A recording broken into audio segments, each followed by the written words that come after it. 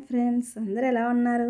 నేను మటన్ పాయ అనేది తయారు చేసుకుందాం. మటన్ ఫస్ట్ ఉప్పు పసుపు వేసి మనం క్లీన్ చేసుకోవాలి. శుభ్రంగా వాటర్ వేసుకుని క్లీన్ చేసుకుని మొత్తం ఉప్పు పసుపు అన్నిటికి ముక్కలకి పట్టించాలి. అలాగే మిక్సీ వేసుకుందాం. అల్లం వెల్లుల్లిపాయ కొబ్బరి వేసి మిక్సీ వేసేసుకుందాం.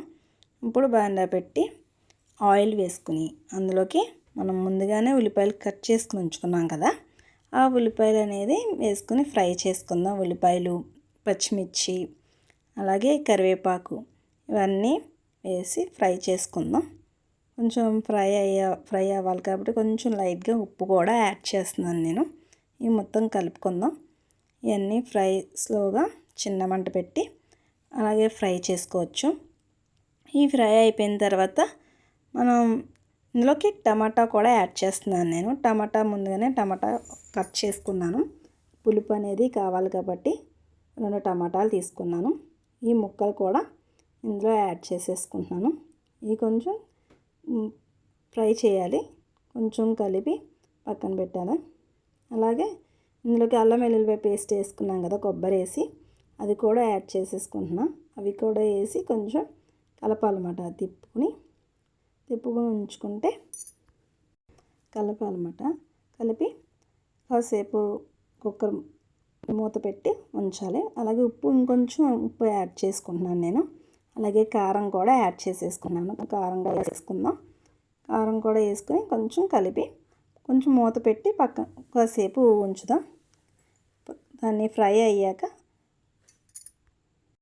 కొంచెం కలుపుతూ ఇప్పుడు చూద్దాం అయిపోయిందేమో. కొంచెం అయిపోయింది కాబట్టి ఇందులోకి వాటర్ కూడా యాడ్ చేస్తున్నాను. నేను 4 గ్లాస్ వాటర్ వేస్తున్నాను. కొంచెం అంటే ముక్క అనేది ఉడకాలి కాబట్టి కొంచెం ఎక్కువగానే వాటర్ పడుతుంది దీనికి. వాటర్ కూడా వేసుకుంటున్నాను. అలాగే మిక్సీ పట్టుకుందాం. మసాలా అనేవి ధనియాలు, జీలకర్ర, అలాగే పచ్చిపప్పు, దాల్చిన చెక్క, గసగసాలు, అరటి పువ్వు అన్నీ వేసి మిక్సీ పట్టేసుకుందాం. ఈ మిక్సీ పట్టుకున్నాం కదా, ఇది కొంచెం అవి కూడా వేసేసి ఆ పొడి కూడా వేసేసి కలుపుకొని మళ్ళీ పెట్టుకుందాం. మూత పెట్టుకుని ఉడికించుకుందాం. ఇదంతా అయిపోయిన తర్వాత మళ్ళీ చింతపండు కూడా కొంచెం పులుపు అనేది కావాలి కాబట్టి చింతపండు కూడా వేస్తున్నాను.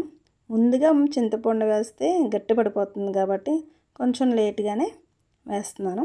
అది అయిపోయింది కాబట్టి కొంచెం కొత్తిమీరతో గార్నిష్ చేసుకుందాం. ఎంతో tasty mutton paya ready. Please like and subscribe.